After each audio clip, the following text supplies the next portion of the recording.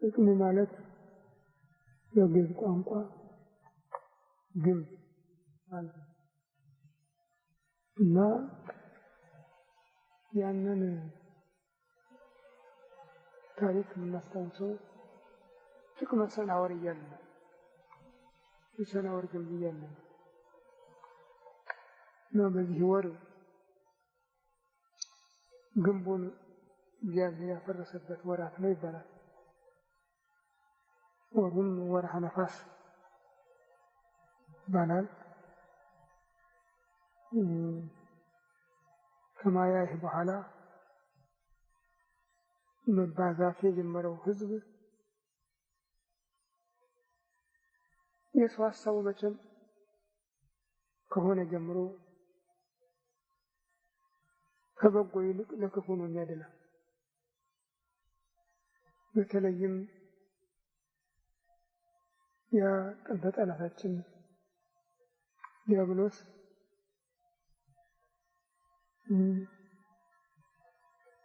ከእግዚአብሔር በተነገረው ቃል መሰረት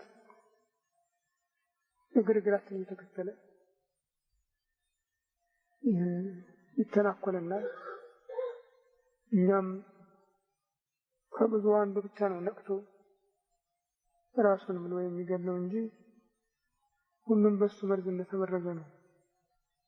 እስካሁንም ክርስትና እንኳን ሊለውጠው አልቻለም። በዛ ጊዜማ መመሪያ ሕግ የለም። ሰው ራሱ በተሰጠው በተፈጥሮ በሕገ ልቡና ብቻ ባለው አይምሮ አመዛዝኖ ከሚሰራ በስተቀር ከዚህ አትለፍ ከዚህ አትጥረፍ የሚለው ሕግ አልነበረም እና እነሱ እንዳሰቡት የቀደሙትን ወገኖቻቸውን ውሃ ከላይ ዘንሞ ያጠፋቸው የላይኛውን ኃይል መከላከል ባለመቻሉ ነው የሚል ሐሳብ ነበራቸው። ስለዚህም ግንብ ይህን መከላከል ይዋጉ ይፈልጉ ነበረ። እግዚአብሔር ግን ዝም ብለን አንመለከታቸውም። እንውረድና ግንባቸውን እናፍርሰው ቋንቋቸውንም እንደባልቀው አለ ይላል።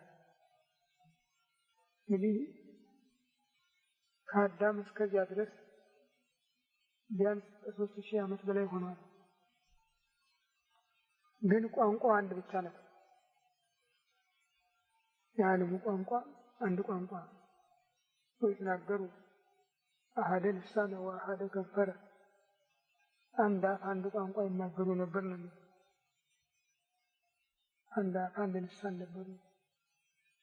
በዚህ ጊዜ ብቻ ተለያዩ። ግንቡም አድጎ ከደመና በላይ ደርሶ ነበር ነው የሚባለው።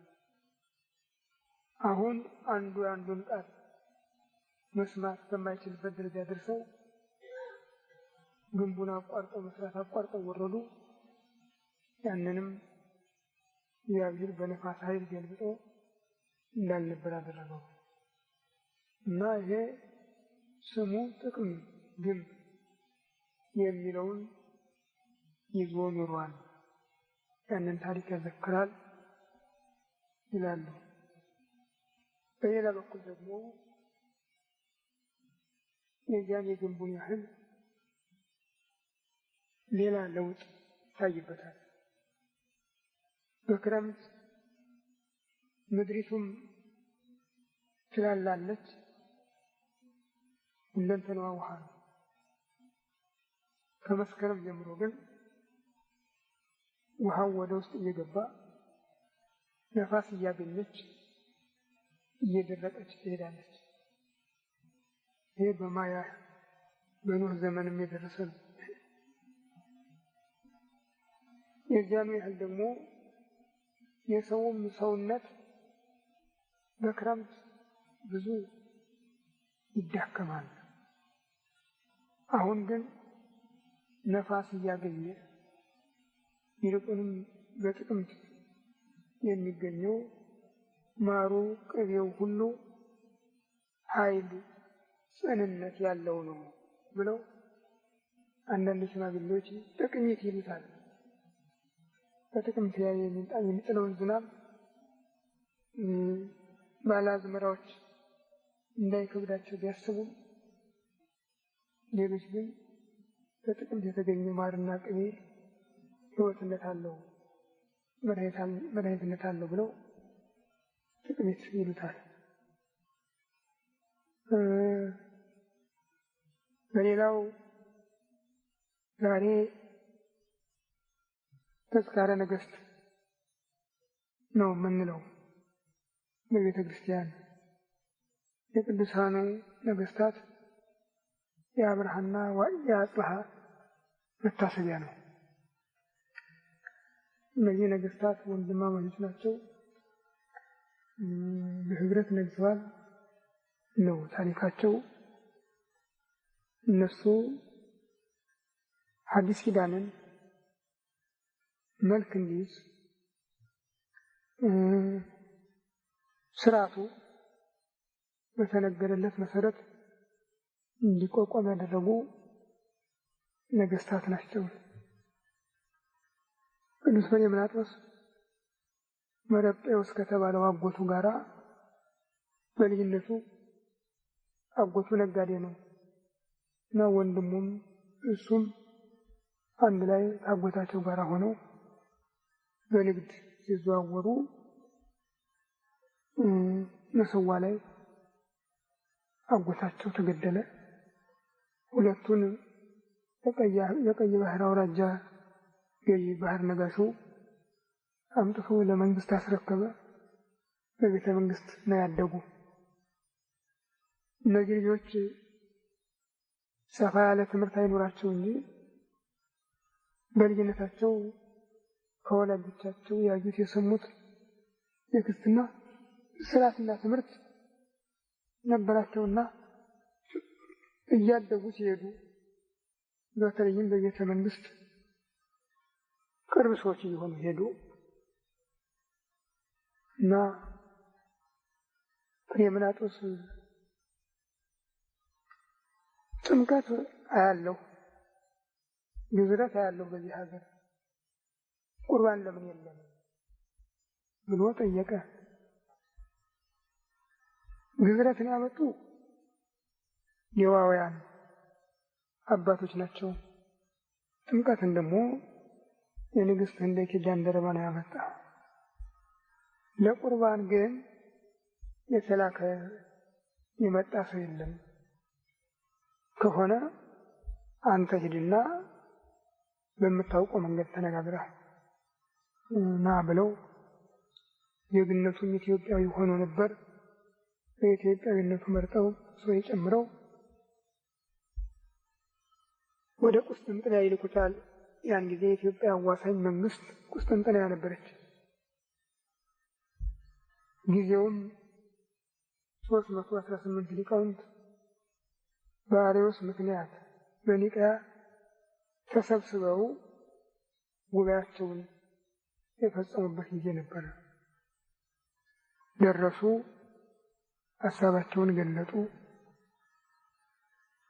እና አሁን አዲስ ጉባኤ መስራት ጊዜ የለም።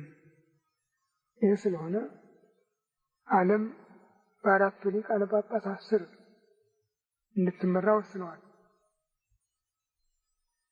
በሮም፣ በእስክንድሪያ፣ በቁስጥንጥንያ፣ በአንጾኪያ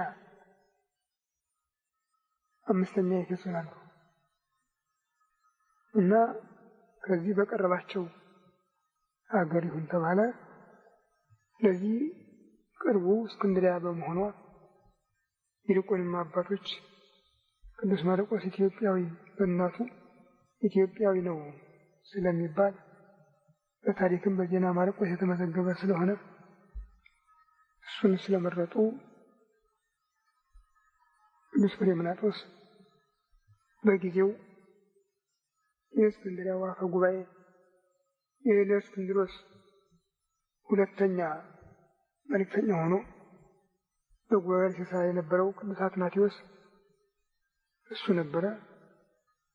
ቅዱስ እለእስክንድሮስ ሞቶ አትናቴዎስ ሲተካ ከአትናቴዎስ የጵጵስናን ማዕረግ ይዞ ተመለሰ።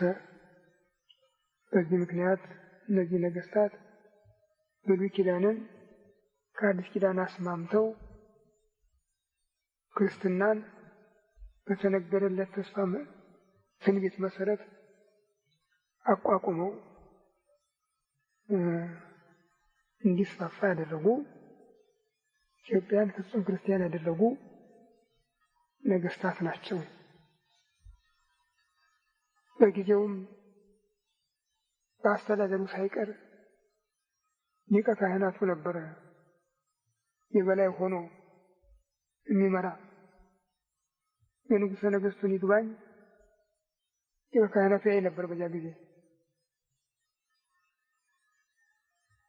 ኋላ ተመክሮበት ጳጳሱ ከግብፅ እንዲመጣ ሲደረግ አስተዳደሩን ንጉሠ ነገሥቱ የበላይ ሆኖ እንዲመራ፣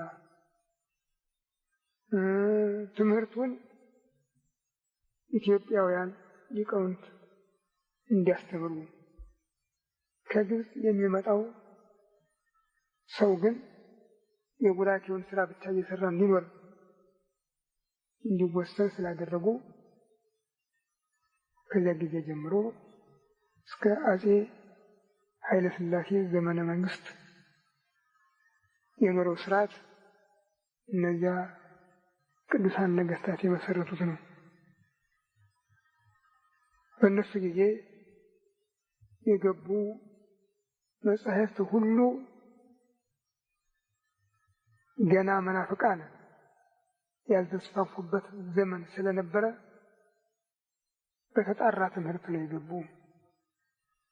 ብሉይ ኪዳን ቀደም ሲል እንዲያውም ከእስራኤል እንኳን ሲታጣ ከኢትዮጵያ ነበረ ኮፒው የሚላክ። አዲስ ኪዳን ያን ጊዜ ገባ።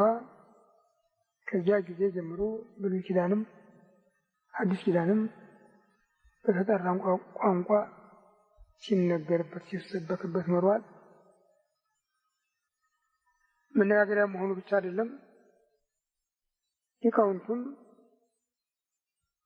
በቀድሞ አባቶቻቸው ፈለግ መሰረት የመጀመሪያው ሊቅ ቅዱስ ያሬድ ብሉያትን ሐዲሳትን ሰምና ፈትል አድርጎ ያዋሃደበት ድርሰት ነው የደረሰው። ስጦታውም በእውነቱ እንጃ እንዲህ አይነት ስጦታ ለማንም አልተሰጠም። አዎ በነቢያትም ብዙ ነቢያት ነበሩ፣ በሊቃውንትም ብዙ ሊቃውንት ተነስተዋል። በነቢያት እንጃ እንግዲህ እኔ ምናልባት አቅም ሊያንሰኝ ይችላል። በእኔ አስተያየት ግን ኢሳይያስን የሚያህል ነቢይ ተነስቷል ማለት አልችልም። ደረቅ ሐዲስ ማለት ነው። ሐዲሱንና ብሉይን ለይቶ ጠንቅቆ ያስቀመጠ ነቢይ ነው። አሁን ሌሎቹ ነቢያት ብዙዎች ወደ ስደትም ወደ ሚጠትም ወዲያ ወዲህ ይላሉ።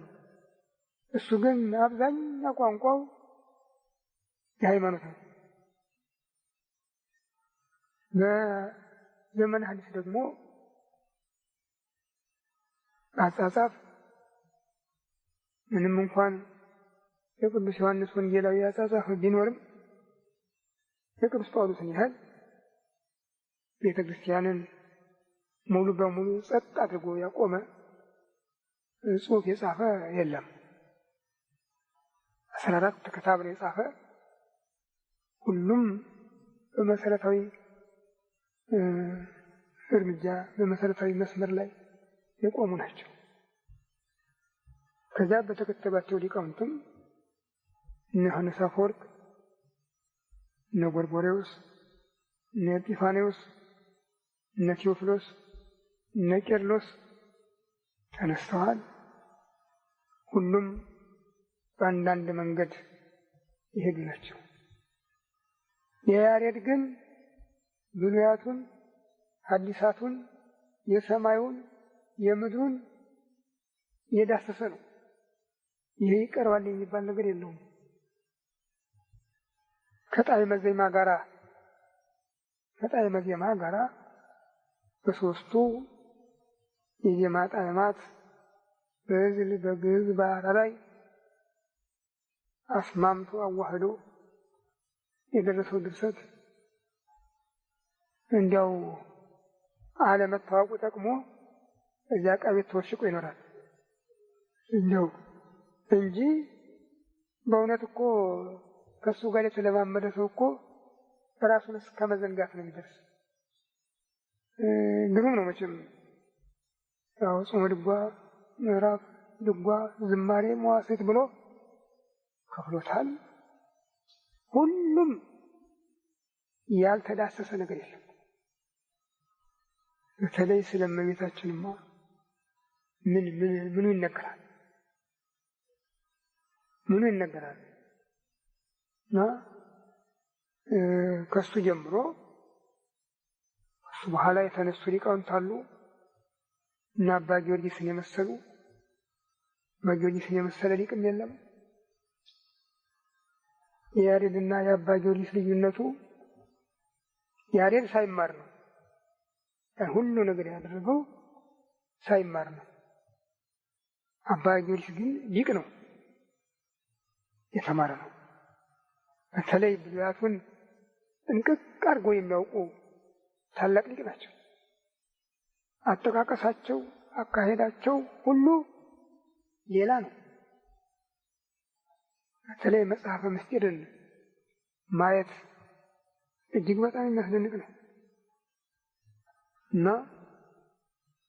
እንደሳቸው ያሉ ከዚያማ በኋላ ለጥቃቅኑ ድርሰቶች ነገስታቱ ሳይቀር ነው የገቡበት። ነገስታቱ እነ አፄ ናዖድ፣ እነ አፄ ዘርዓ ያዕቆብ፣ እነ አፄ ልብነ ድንግል እነዚህ ሁሉ በዚህ ውስጥ ተሳትፎ አላቸው። መልከ ማርያምን የደረሱ አፄ ዘርዓ ያዕቆብ ናቸው። ለኖህ ሐመሩን የደረሱ አፄ ናዖድ ናቸው። ተፈሥሒ ማርያምን የደረሱ አፄ ልብነ ድንግል ናቸው። እና ነገስታቱ ሁሉ በዚህ እድል ነበራቸው። እኔ አሁን እንጃ ጃንሆይ አፄ ኃይለ ሥላሴ በግዕዝ ቋንቋ እውቀት ከሊቃውንቱ ማንም የሚተካከላቸው አልነበረ ማለት እችላለሁ። ማንም በቃላቸው እኮ ነው የሚያነቡት። አሁን ከጳውሎስ የሰፋ የከበደ ቃል የለም። በቃላቸው እሳቸው የሚያነቡት ዝም ብለው ሊቃውንቱ ይቸገሩበታል መጥቀስ ላይ። እሳቸው ግን እንዲያው የግል ቋንቋቸው አድርገው የሚጠቀሙበት የነበረ ቅኔ ሲኮርጁ ከገሌ ገሌ ቅኔ እያሉ እና ሊቃውንቱ እያደሩ እየዋሉ እያስፋፉት በመሄዳቸው እውነት የአጽብሃ መሰረት እጅግ በጣም ብዙ ምስጋና እጅግ ምስጋና የሚገባው ነው። ይህ መሰለኝ ከዚያ ጊዜ ጀምሮ ንጉሱ ሲዛባ፣ የንጉሱ ሀሳብ ሲዛባ የሃይማኖት እንትን ይዛባል። ንጉሱ ቀጥ ያለ ሲሆን ግን የሃይማኖት መንገድ ይቀናል።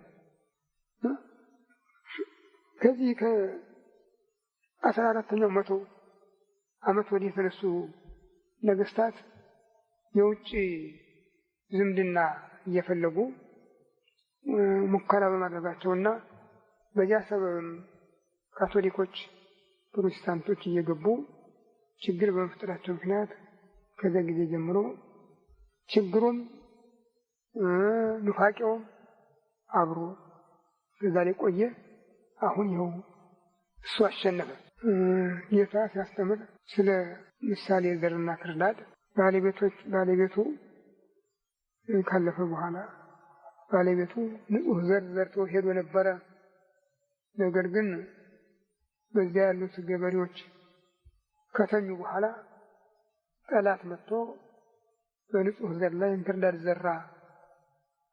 ሲበቅሉ ግን አብረው በቀሉ፣ አብረው አደጉ።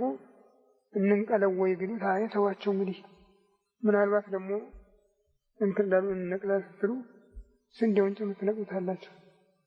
በሚታጨድበት ጊዜ አጫጆችን እንክርዳዱን ለይተው በእሳት እንዲያቃጥሉት፣ ስንዴውን ግን ሰብስቦ ወደ ጎተራ እንዲያገቡት አድርጋለሁ አላቸው ብሎ እንደተናገረ ይኸው ከዚያ ጊዜ ጀምሮ ጥቂት በጥቂት እያሉ መጡ።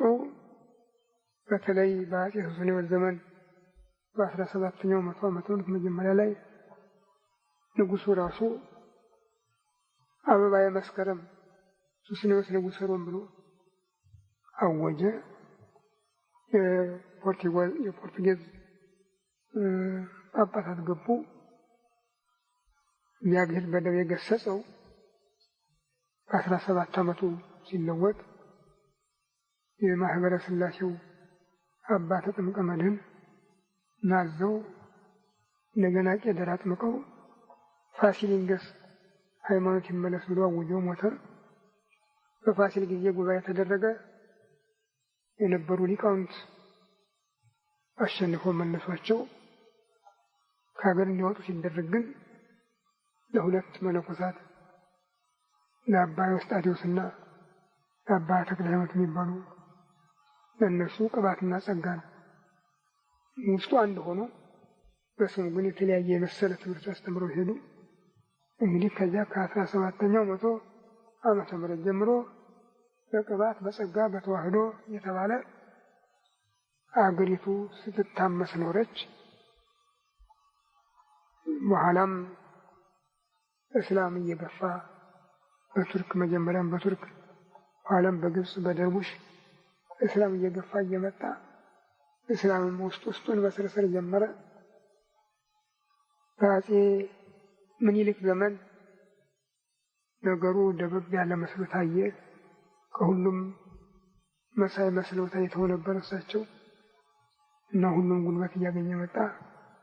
እሳቸው ሲወድቁ ደግሞ አሁን አገሪቱ እየላላች ሄደች፣ እየደከመ ሄደ። የተፈሩትም እንደ ትናንትናው አልሆነም። ቤተ መንግስቱም ፍቅር አጣ እና በኋላ እንዲያውም ልጅ ኢያሱ ወደ እስላም አደሉ። ለጊዜው በሆነው ሁኔታ እሳቸውን ለውጠው በአፄ ኃይለ ሥላሴ ተኩ። አፄ ኃይለ ሥላሴ ደግሞ እጅግ በጣም ልዩ ጠባይ የነበራቸው ሰው ናቸው። መንፈሳዊነቱም አለ፣ ፍልስፍናው ያጠቃቸዋል።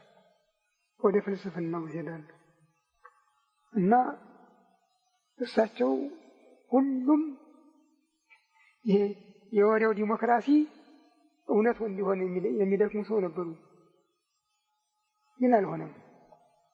ሃይማኖት ከሌለ ሁሉ ነገር ሊሆን አይችልም እና የውጭዎቹ የቱርኮችን፣ የግብጾችን፣ የጣሊያኖችን፣ የእንግሊዞችን ጥላቻ በሃይማኖት ምክንያት ይሆናል በማለት የእሳቸው ሀሳብ ሁሉም ባለ ሃይማኖት ሁሉ በኢትዮጵያ ባለ ወንበር ራሱን የቻለ ከሆነ ይህ ችግር አይፈጠርም የሚል ሀሳብ ነበር የነበራቸው እና ሲገቡ እንግዲህ ልጅ ኢያሱ ወደ እስላም ሄዱ ተብለው መጠላታቸውን ያውቁ ነበርና እሳቸው ለመንግስት ሲዘጋጁ በንግሥት ዘውዲቱ ዘመን እንደምንም ብለው በገንዘብ ብዛት ግብጾችን አባብለው ኢትዮጵያውያን ጳጳሳት እንዲሾሙ አደረጉ። ኢትዮጵያውያን ጳጳሳት ሲሾሙ ደግሞ ጨርሶ ከመሰረቱ ወጣ እንዳይሏቸው አንድ ግብፃዊ ሊቀ ጳጳሳት ተብሎ ተሾመ እና አንድ ግብፃዊ ሊቀ ጳጳሳት 4 ኢትዮጵያውያን ጳጳሳት 5 ጳጳሳት በ21 ዓመተ ምህረት ተሾሙ ንግሥት ሳሉ። ግብፃዊው አቡነ ቄርሎስ፣ ኢትዮጵያውያኑ አቡነ ጴጥሮስ፣ አቡነ አብርሃም፣ አቡነ ይስሐቅ፣ አቡነ ሚካኤል የሚባሉ። እንደገና በ23 ዓመተ ምህረት እሳቸው ዘውድ በተቀዳጁበት ቀን የእስክንድሪያው ፓትርያርክ አባ ዮሐንስ ተጠርተው መጥተው ስለነበረ እሳቸው ደግሞ እዚህ በመጡበት የደብረ ሊባኖስን እጨጌ 5ኛ ጳጳስ አድርገው ሾሙ፣ አባ ሳዊሮስ ብለው። እንግዲህ በእነዚህ ስራ መከል ተጀመረ። የእስላሞች ብቻ ይህን ያህል አልጎላም፣ ቆይቶ ነበር። ግን ሁኔታው ሁሉ ሳይተካከል ቀርቶ ጦርነት ተነሳ። ጦርነቱ በካቶሊክ ቤተክርስቲያን ኃላፊነት ተዘጋጀ ነበር። ሁሉን ነገር ያዘጋጀችው እሷ ናት። መሳሪያውንም፣ ትጥቁንም፣ ታጣቂውንም፣ ወታደሩንም ፋሽስት የሚባለው ነው እና እሳቸው በመስከረም አልጋ ወራሽ ተብለው ከንግስት ጋር ወደ መንግስት ገቡ። ኋላ ግን በጥቅምት 23 ንጉሠ ነገሥት ተብለው ተሰየሙ። በዚህ ላይ ያሉ እነዚያው ይጠብቁኛል ያሏቸው ከዱ። እሳቸው የፈለጓቸው በልጅነታቸው በሐረር ሳሉ ራስ መኮንን ሁሉንም የእምነት ተከታዮች ይቀበሉ ስለነበረ እና አባ ሳሙኤል የሚባሉ ካቶሊካውያን መምህራን ነበሯቸው። በግዙ በኩል እና አለቃ ገብረ መድህን እና አለቃ ተጠምቆ እና አለቃ ወልደ ሚካኤል የሚባሉ ነው ያሳደጓቸው። በዚያ በኩል ደግሞ እና አባ ሳሙኤል ፈረንሳይኛ እያስተማሩ ነው ያሳደጓቸው። ሁለቱንም ይዘው ነው እንግዲህ የዘለቁ። በዚህ ምክንያት ነው አንድ ባስማማ የሚል ፍላጎት ያደረባቸው። ግን ያው በጠላት ጊዜ ካቶሊካውያን ወጓቸው። ሰውም ተከፋፍሎ ነበር፣ የሚረዳቸውም አላገኙም። ሃይማኖቱም ተዳክሞ ነበር። በዚህ ምክንያት ለስደት በቁ። 5 ዓመት ግን የኢትዮጵያ ሕዝብ እንደገና ተጠጥቶ መከራውም እየቀጣው እየገሰጸው ወደ እግዚአብሔር አቤት አለ። በ5 ዓመት ተመለሰ። እሳቸውም በሕይወት ወደ ሀገራቸው ገቡ። ሲገቡ እሳቸውን እንዳስቀመጡት ነው አላገኙትም። እሳቸውን የቀቡ ግብፃዊው ቄርሎስ ወደ ሀገራቸው ሄደዋል። እዚህ ያሉት ኢትዮጵያውያን ጳጳሳት ተተክተው ያገኟቸው። ይሄ ደግሞ ደስ አላላቸውም እና ያንን ለውጠው ሁሉንም ያጋዙትን አጋዙ፣ ያሰሩትን አሰሩ፣ ሻሩ። አባ ቄርሎስ እንደገና መለሱ። ግን መንፈሳዊ ጉባኤ የሚባል ነበረ። እሳቸው ለጉልበት ይሆንኛል ብለው ያቋቋሙት ተቃወመ፣ አልቀበልም አለ። በዚህ ምክንያት ክርክር ተነሳ። 7 ዓመት ክርክር ከተደረገ በኋላ ግብጾች በኢትዮጵያ ራስን እንድትችል ፈቀዱ። ይሁን እንጂ ጳጳሱ እስኪሞቱ ድረስ አሁንም የበላዩ ግብፃዊው ነበር። እስከ 43 ዓመተ ምህረት ቆይተው በ43 ዓመተ ምህረት አባ ቄርሎስ ሲሞቱ በ40 ከተሾሙት መካከል አቡነ ባስልዮስ ጠቅልለው ሊቀ ጳጳሳት ዘኢትዮጵያ ተባሉ። ኋላ ደግሞ የሁለቱ ቤተ ክርስቲያናት ህይወት እንዴት ይቀጥል በሚለው ሀሳብ ላይ ብዙ ንግግር ተደርጎ ሁለቱ በእኩልነት የሚኖሩ ከሆነ በእስክንድርያም በኢትዮጵያም የሚመረጡት ፓትርያርኮች ከሁለቱም መሆን አለባቸው የሚል ሀሳብ ተነሳ። ግብጾች ግን አይ እናንተ የራሳችሁ ሙሉ ነፃነት አላችሁ፣ እኛ ግን መንፈሳዊው ነፃ ቢሆን ስጋዊው የእስላም አስተዳደር በመሆኑ በስጋዊውም በመንፈሳዊውም መሪያችንና አስተዳዳሪያችን ፓትርያርኩ ነውና ሌላ ሰው አናስገባም፣ የሌላ ዘር አናሾም ብለው እንዲያሉ፣ ይህ ከሆነ ሁሉም በየራሳቸው ሆነው በትማማችነት ይኑሩ የሚል ውሳኔ የተወሰነ። በ51 ዓመተ ምህረት ሰኔ ከ21 ቀን ጃንሆይ በተገኙበት በእስክንድርያ ብፁዕ ቅዱስ አቡነ ባስልዮስ ብፁዕ ቅዱስ ተብለው ቀዳማዊ የኢትዮጵያ ፓትርያርክ ተባሉ። እስከዚህ ድረስ ሁሉ ጥሩ መንገድ ነው። ከዚህ በኋላ ግን ሃይማኖት የግል ነው፣ አገር የጋራ ነው የሚል አዋጅ መጣና አሁን ተከላካይ የለም። አባ አስራተ ማርያም የሚባሉ የጀሩ ሰው የካቶሊክ ጳጳስ፣ ቄስ ባድማ የሚባሉ የጎጃም ሰው የፕሮቴስታንት መሪ መካነ ኢየሱስ፣ ሳኒ ሀብል የሚባሉ የወሎ ሰው የእስላም መስጊድ መሪ ሆነው ተሰየሙ። የተቃወመ የለም። እንዲያውም የካቶሊኩ ጳጳስ ገብተው ከጃንሆይ ሲገናኙ እና አባ ሳሙኤል እና አባ ማስያስ ይህን ሳይሆን በሞታቸው እናዝናለን ብለው ተናግረው ይባላል። ይሁን እንጂ ከዚያ ጊዜ ጀምሮ እረፍት አልተገኘም። መገፋፋት፣ መጎሻመጥ መጣ። የባሰውን ፕሮቴስታንቱ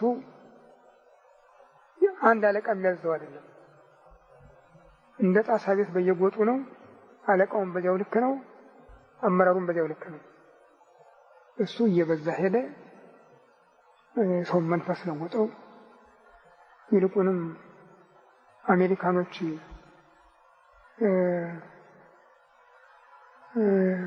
ፒስኮር የሚባል ጓድ አሰራጭተው በዚህ በምዕራቡና በደቡቡ ላኩት። ይህን ኦሮሞን ሲዳሞን ወረረው፣ ስለወጠው። ከዚያ በኋላ ጠውም የጠነከረ መጣ። እስላሙን ያስፋፋው ጣሊያን ነው። እስላሙ በዚህ በወሎ ብቻ ነበር የነበረና አርጎባ የሚባለው ሀገር ላይ ነበር የነበረ። በሶማሌ ድንበር ደግሞ ይህንን ሰፊውን የኦሮሞን ሀገር እስላም ያደረገው ጣሊያን ነው። የሚያምነው በገዳ ስርዓት ነው፣ በአረመኔ ስርዓት ነው የሚያምነው፣ በዛፍ ነው የሚያምነው። እና ምንድነው ሃይማኖታቸው ሲለው ሃይማኖት የለውም። እንግዲያው እስላም ናቸው አላቸው። እስላም እንደሆኑ ቀሩ። አሁን የእስላም አጃቢ ሆኑ ቀሩ። እና ባሰ ያመጣ በዚያ ነገር እግዚአብሔር አዘነ። ፕሮቴስታንቶች ለእስላም ቁርአን ተተርጉሞ ከመጽሐፍ ቅዱስ ጋር ጎን ለጎን ዋለ። ቅዱስ ቁርአን ተባለ። አራቱም የሃይማኖት መናብርት ኦርቶዶክስ፣ ካቶሊክ፣ ፕሮቴስታንት፣ እስላም ባለቤቶች ሆኑ። ኋላም ብስራተ ወንጌል ራዲዮ ጣቢያ ተከፈተ። እንዲያውም ገና ወንጌል መሰበክ ነውና ሁሉም እንደገና መጠመቅ አለበት እያሉ እና ማኑኤል አብርሃም ያስቸግሩ ጀመር። ይህንን እንጨትህን እየፈለጥኩ ነው የማነደው እያለ ይፎክር ነበር። አማኑኤል አብርሃም ኋላም ደግሞ አማኑኤል አብርሃም የፖስታ ሚኒስቴር ነበር። ይህንን እንጨትን እየፈለጥኩ ሳላ እንደዋልቀን ብል ነበር ጽላቱ እና እነሱ ሆኖ እስላምም እያየለ መጣ። በ66 ከእስራኤል ጋር እስራኤልና ግብፅ ተዋግተው እስራኤል በሁለተኛ ጊዜ ተሸንፋ ነበር። ከዚህ በኋላ በእናቱ ምናሴ ለማ አማካይነት ከአረቦች ጋር ብንጠጋ ይሻላል በሚል ኢኮኖሚ ጥግ ከግብፅ ከእስራኤል ተለይተው ከአረቦች ጋር ቆሙ። በህዳር መካን ጎበኙ። ሲመለሱ በየካቲት ግርግር ተፈጠረ። በሚያዝያ ጨረቃና መስቀል እኩል ናቸው የሚል ኢትዮጵያ የክርስቲያን ደሴት መባል አይገባትም የሚል እጅግ ታላቅ የሆነ ሰላማዊ ሰልፍ በአዲስ አበባ ተደረገ። ለመቃወም ሞክረን ነበር፣ አልቻልንም። የኢትዮጵያነቱ አልረዳም፣ ተዝቀጠቀጠ። በዚያው ህገ መንግስት አርቃቂ ጉባኤ ሰየም ተብሎ ተሰየመ። እዚያ ድረስ የኦርቶዶክስ ቤተክርስቲያን ህጋዊ ሰውነት ነበራት። በፍትሐ ብሔር ህገ መንግስት የማይደፈር ህጋዊ ሰውነት ነበራት። ማንም ተነግሮ ተነስቶ በሷ ላይ አንዳች ነገር መናገር አይችልም ነበር። በዚያ ጊዜ ግን የእሷ እንዳለ ሆኖ ለእስላሙም ተጨማሪ ህግ በማውጣት ፈንታ የሁሉ ጭቅጭቁ ቤተክርስቲያን ስላለች ነው ተብሎ በቤተ መንግስት ያሉት ሚኒስትሮች እየበዙ ስለሄዱ ከዛሬ ጀምሮ ቤተክርስቲያንና መንግስት ተለያይተዋል የሚል ህገ መንግስት ታወጀ። በግንቦት በሰኔ ግን መሳፍንት መኳንንት በሙሉ ጦር ኃይሎች ወህኒ ቤት ገቡ። ብቻቸውን ከረሙ። መስከረም 2 ቀን 67 ዓመተ ምህረት ያን ወረዱ። እግዚአብሔር የለም የሚል የደርግ መንግስት ተተካ። በዚህ ጊዜም በጃንሆይ ዘመን ዝም እንዳለች አሁንም ቤተክርስቲያን ዝም ብላ ቀረች። ዝም ብላ ብትቀር መልካም ነበር። ወንጌልና ሶሻሊዝም አንድ ነው። ወንጌል ያለው ለሌለው ይትረፍ ነው ያለ። ሶሻሊዝም ተካፍላችሁ ብሎ ነው ያለ። ምንድነው ችግሩ ብላ አብራ ቆመች። የፖለቲካ አባል ሆነች። ፓትርያርኩ ራሱ የ4 ኪሎ አካባቢ ተጠሪ ነበር። ጳጳሳትም በያሉበት እንደሱ ሆኑ። አድባራት አለቆች ቄስ ሰሎሞን፣ ሊቀ ዲያቆን ኃይለ ልዑል እነሱ የቀበሌ ሊቃነ መናብርት ሆኑ። ቄሱ ዲያቆኑ ወጣትነት ያለው ሁሉ የአብዮት ጥበቃ ምልምል ሆነ። በኋላ ቤተክርስቲያንም ቤተ መንግስትም አንድ ኮሚኒስት ሆኑ። እንግዲህ ይኸው ከዚያ ጊዜ ጀምሮ የሚፈሰው እንደምናያለን ምድር በደም የታጠበች ነው። አሁን አባ ቴዎፍሎስ ሲታሰሩ ብለው 5 ጳጳሳት ፈርመው አቀረቡ። እሳቸው ወርዶ ታሰሩ። ማን ይመረጣል? አባ ተክለ ሃይማኖት። ትምህርት የላቸውም፣ ምንም የላቸው። 3 ዓመት አንገታቸውን አቀርቅረው የወጣቶች ማህበር፣ የሴቶች ማህበር፣ የካህናት ማህበር እያሉ ሲያደራጁ ቆይተው በመጨረሻው ጥቅምት 14 ቀን ያን ሁሉ ሰብስቦ ስብከተ አዳራሽ ገብተው በ71 ዓመተ ምህረት አሮጌቱ ቤተክርስቲያን ትውደም፣ አሮጌው ሲኖዶስ ይውደም አሰኙ። ጳጳሳት መነኮሳት ቀሳውስት እጃቸውን እያወዛወዙ አሮጌቱ ቤተክርስቲያን ትውደም ትውደም ትውደም ሲሉ አለ። ከዚያ ጊዜ ጀምሮ በማግስቱ ጥቅምት 15 ቀን ጳጳሳት በሙሉ ጡረታ እንዲወጡ ተባለ። ብዙ ደከም ሳይቻል ቀረ። እሳቸውም አባ መቃርዮስንና አባ አብርሃምን ይዘው በሁለቱ ሰዎች ጉልበት ጥር 13 ቀን 71 ዓመተ ምህረት 13 ጳጳስ በአንድ ቀን ሾሙ። ያን ሁሉ ለመለወጥ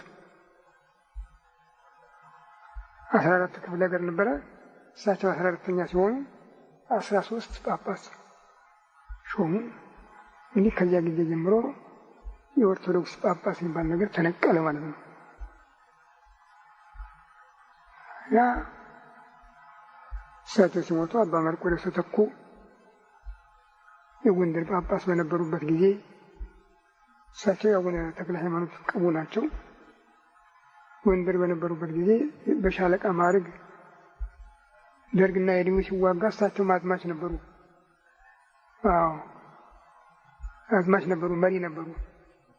አበባው በመቶ አለቃ ማዕረግ፣ እሳቸው በሻለቃ ማዕረግ ያነበሩ። አባ ተክለ ሃይማኖት ሲሞቱ እንግዲህ በእሳቸው ቦታ ማን በሞተበት ማን ይገባል ተብሎ አባ መርቆሬዎስ ፓትርያርክ ሆኑ። በእሳቸው ዘመን እነ ሰይፈ ሥላሴ ዮሐንስ እና አባ ሀብተ ማርያም እመቤታችን ጥንተ አብሶ ነበረባት፣ መንፈስ ቅዱስ አካሉ ዝርው ነው የሚል ትምህርት ተፈጠሩ። በዚያ ላይ ያለን ጉዳዩ በሊቃውንት ወይ ታይ ተብሎ ቀረበ። ሰዎቹ እናንጠይቃቸው ብንጠሩ እናንጠይቃቸው ብንል አይጠሩም አሉ።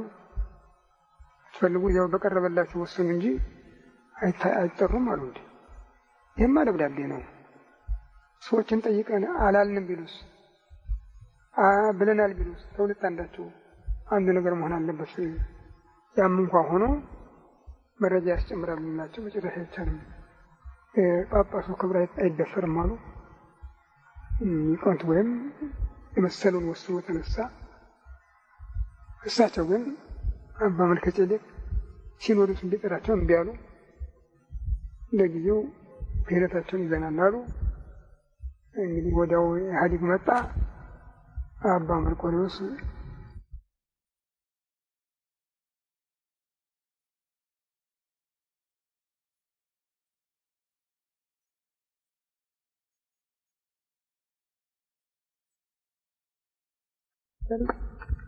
ግን እና አባ ዜና ማርቆስ እና አባ መልከ ጼዴቅ ድጋፍ ስለሰጡ ያው የሹማቸው ሲኖዶስ አወረዳቸው። ነሐሴ 29 ቀን 84 ዓመተ ምህረት እስከ ጥር መጨረሻ ድረስ አባ ዜና ማርቆስ እንደራሴ ሆነው ኖረው በጥር መጨረሻ ላይ ትግሮችና ጎንደሮች ጠብ ፈጠሩ። በዚህ ምክንያት አባ ዜና ማርቆስ ሸልከው ወደ አሜሪካን ሀገር ሲሄዱ አባ ያዕቆብ የሚባሉ ኤርትራዊ ገቡበት በስራቸው። እሳቸው አባ ጳውሎስን አስመረጡ እና ለአባ ጳውሎስ አስረክበው ወደ ሀገራቸው ገቡ። አባ ጳውሎስ መጡ። በ84 ሐምሌ 5 ተሾሙ። በ85 ሄደው ካቶሊክ ሆኑ። ካቶሊክ አባል ሆኑ። እንዲህ ሁሉን ያለቀልን ጉዳዩ ሁሉ ጥቅምት መዘዘኛ ነው። እዚያ ደረሰን። እንግዲህ አሁን እየተውነው አሁን ደግሞ የእስላም ነጋሪት እያገሳ ነው። ምን እንደሆነ አናውቅም። ጠቡም እየጨሩት ነው። በየዳር ሀገሩ ሰው እየገደሉ ነው። በዓላት አክብሩ፣ ቁርአን ተሳለሙ እያሉ ሰው እየፈጠሩ ነው። እና እንግዲህ ያህል የሚያደርገውን እሱ ያውቃል። መቼም እነዚህ ቅዱሳን ነገስታት ግን የመሰረቱት መሰረት እስከዛሬ ነበረ። አሁን ግን ችግር ላይ ነው ያለ። በዘመኑ ሁሉ ስናየው በዚህ 2000 ሊሟላ እስከ 19ኛው መቶ ዓመት ድረስ ነገስታቱ ናቸው። ነገስታቱ እምነታቸውን ሲያጸኑ ቤተክርስቲያኒቱን ትከተላቸዋለች እንጂ ራሷ ብቻዋን ቀድማ ተቆመችበት ጊዜ የለም። እዚህ ላይ የምታስቸግር የኢትዮጵያ ቤተክርስቲያን ራሷ ቀድማ አለሁ ብላ ተቆመችበት ታሪክ አናገኝም። በውስጡ በሊቅነቱ አሉ ብዙዎች ሊቃውንት ናቸው፣ ግን አስቸጋሪ ነው የሉበትም። ዋናው ላይ በጠላት ጊዜም ወጥተው አልተሰለፉም። ፊት ለፊት የቀረቡበት ጊዜ የለም። አሁንም ጃንሆይን ነዋይ ሲያውጁ ጊዜ ቢከላከሉ ኖሮ እዚህ ድረስ አይደረስም ነበር። ሳይቻል ቀረ። ከዚያ ወዲህ ያው ተለመላለቀ። በደርግ ጊዜ ያው ተባበሩ። አሁን ደግሞ ሃይማኖትና መንግስት የተለያዩ ናቸው የሚል መንግስት መጣ። ወይ አልቀሩም፣ በየስብሰባው የሃይማኖት መሪዎች እየተባሉ ይደቀናሉ።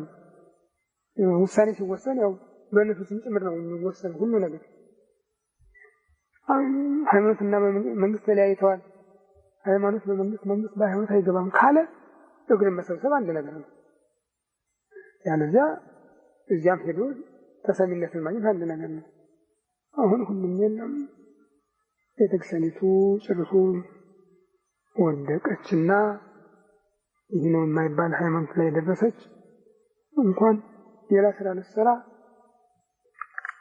ለጥምቀትና ለቁርባን እንኳን ማትበቃ ነው የሆነችው።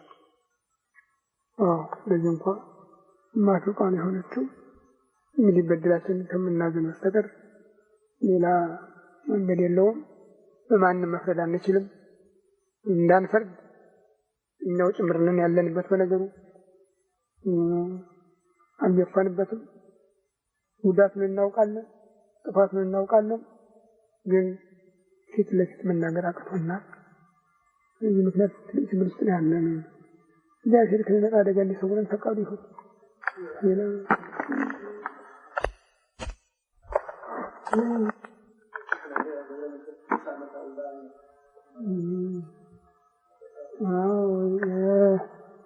በወደ መንፈስ ቅዱስ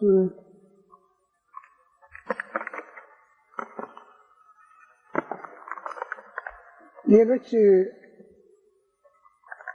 የሚተርኩ ታሪክ አላቸው።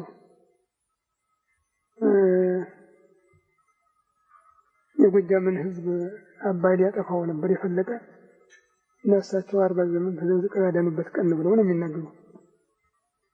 በገድሉ ግን የለም። አባይ ዓለም ሲፈጠር የተፈጠረ ነው። ሙሴ ደግሞ በገነት ፈልቀው ዓለምን ከሚያጠጡ ታላላቅ ወንዞች አንዱ የወተት ወንዝ ብሎ ነው የጠራው። እና የወተት ወንዝ እኛን ለማሳደግ መጥቶ እንደው እኛን ለማጥፋት መጣ ማለት አይቻልም።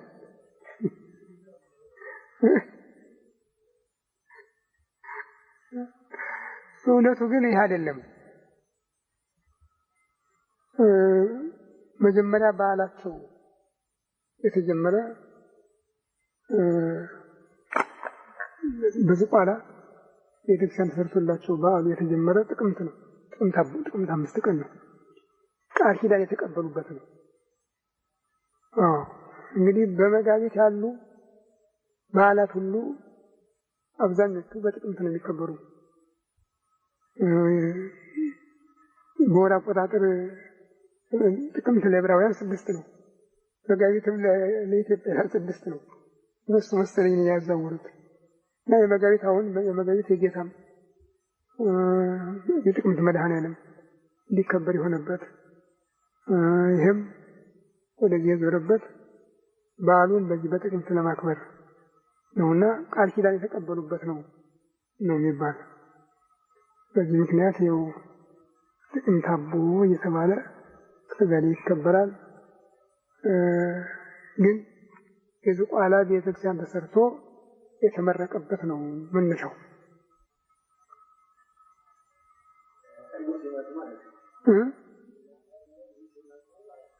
አይደለም ከሞቱ በኋላ ነው እንጂ የመጡማ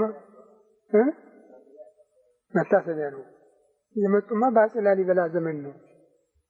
አፄ ላሊበላ ዘመን እኮ ነው የመጡት። አዎ አፄ ላሊበላ ዘመን መጥተው የኖሩ ብዙ ጊዜ በላስታ ነው። ከዚያ ነው ወደ ሸዋ የገቡ።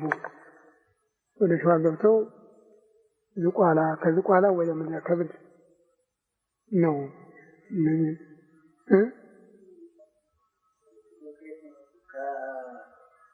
ከግብፅ ሀገራቸው ግብፅ ነው።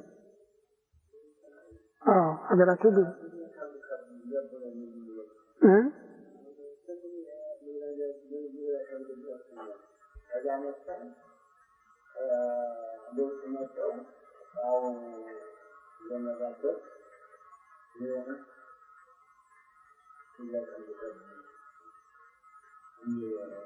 ምድረ ከብድማ በዝቋላ ሳሉ ፈላጊዎቻቸው ሲሏቸው ወደ ምድር ገቡ እና በምድረ ከብድ ብቀሉ ነው የሚሏቸው። ምድረ ከብድ ማለት የምድር ሆድ ማለት ነው። በዚያ የወጡበት ነው የሚሏቸው እና ምድረ ከብድና ዝቋላ ነው ዋናው መሰረታቸው። ዝቋላ እኮ አሁንም እንትን አለ ላስታውስ። አዎ ዝቋላ አለ ከዚያ አካባቢ ብዙ ጊዜ ቆይቷል። እንደመጡ እዚያ ነው የቆዩ። ከዚያ ነው ወደ ሸዋ የመጡ እና ለኢትዮጵያ መንግስትም ቃል ኪዳናቸው እንዲጠበቅ ቃል ኪዳን ተቀብለውበታል። ብቻ ችግሩ የኛ ሰዎች ንጹህ ታሪክ አይጽፉም፣ ያደበላልቁታል። ብዙውን የእሳቸውን ታሪክ አስቸጋሪ የሚያደርጉ ነገሮች ብዙ ጽፈዋል።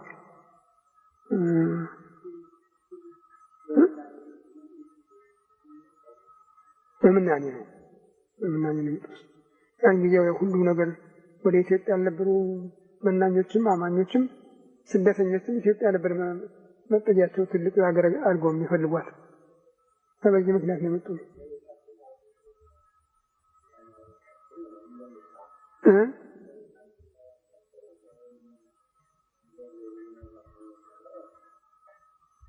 እንግዲህ እሱማ እመቤታችንን እየፈለጉ የመጡ ብዙዎች እመቤታችንን ነገር ተከትለው ነው። እንኳን በሕይወት እያሉ አጽማችን ይግባልን እያሉ እየተማጸኑ የገባላቸው አሉ። እና አጽም የቅዱስ እስጢፋኖስ አጽም፣ የሕፃናት አጽም ብዙ አለ። በዚህ ምክንያት እና የእመቤታችንን ስደት እየፈለጉ አገሪቱን ይፈልጓታል። ይህ ነበር ድሮ፣ እንደ ዛሬ ሳይሆን። አቤት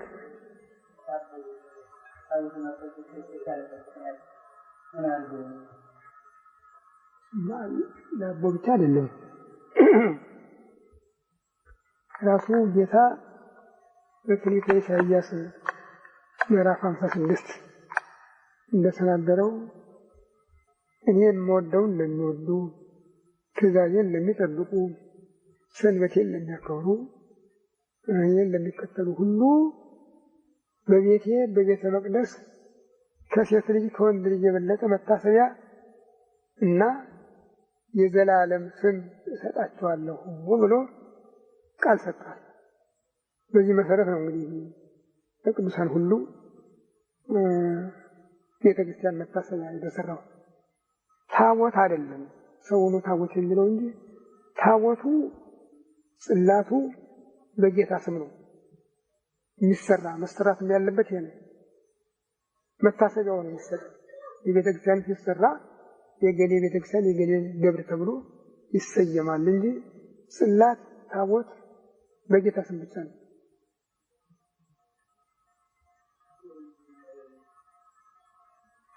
እግዚአብሔር አድሮበት ስለሚኖር ታቦት ይባላል። መስዋዕት ስለሚቀርብበት ጽላት ይባላል። ስሙ ስለተጻፈበት ጽላት ይባላል። መስዋዕቱ ስለሚቀርብበት ምስዋዕ ይባላል። ሶስቱም የአንዱ ስም ነው። አዎ ታቦትም ጽላትም ምስዋዕም የሚባለው እሱ አንዱ ነው። እንግዲህ ጌታ አድሮበት ስለሚኖር ታምራት ስለሚያደርግበት ስሙ ስለሚመለክበት ስለሚጠራበት ታቦት ይባላል። ማህደር ማደሪያ ማለት ነው። ግን እዚያ ላይ ደግሞ ስሙ ኢየሱስ ክርስቶስ ወልደ እግዚአብሔር ሕያው የሚለው ስሙ ስለተጻፈበት ጽላት ይባላል። ሁልጊዜ ስጋው ደግሞ ስለሚሰዋበት ደግሞ ምስዋዕ መሰዊያ ይባላል። እና ሶስቱም ያንዱ ስም ነው። ይሄ ለማንም አይሰጥም። አንዳንድ ሰዎች ብቻ ዝም ብለው የባለ ርስቱን ስም ሳይቀር ይጽፉበታል። ዝም ብለው ታዲያ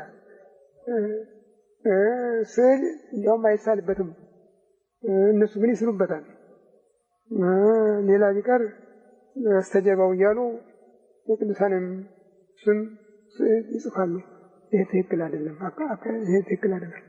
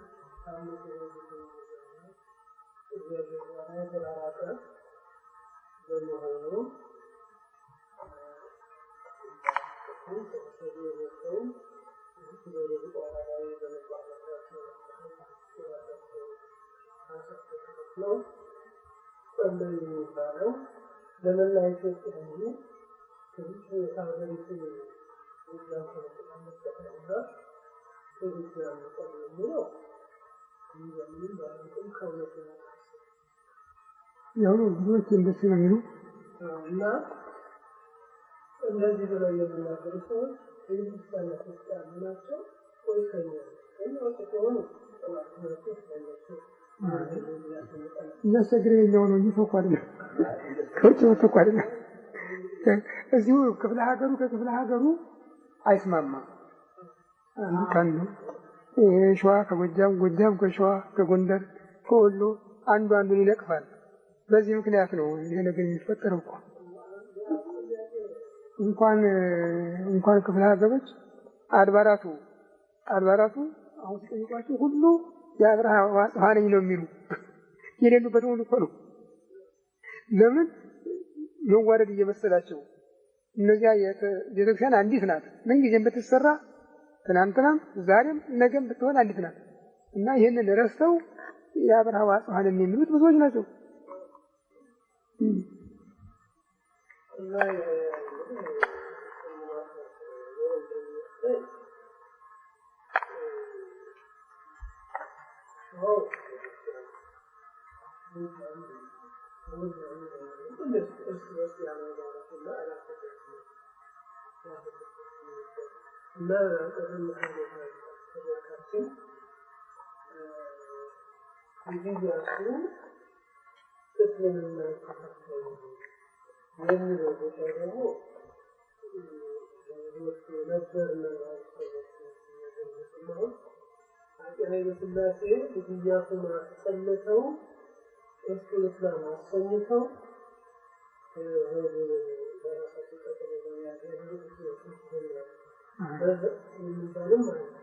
እንኳን እውነት አይደለም።